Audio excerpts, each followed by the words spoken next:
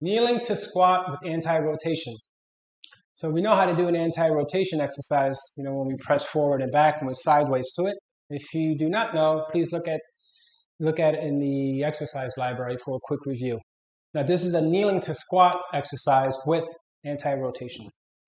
So the cool part, you're not going to be pressing, you're just going to hold the arms out in front. As I scoot out, it's going to want to pull me that way. That's the anti-rotation.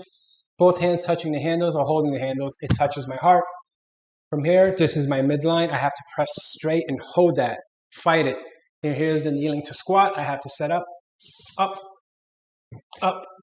down, down, up, down, down. My arms stay straight throughout the movement. If you want more challenge, you would scoot out more. You would do all reps for one side, turn around, because you're going to have the pull on the opposite, and do it for prescribed reps. Enjoy the exercise.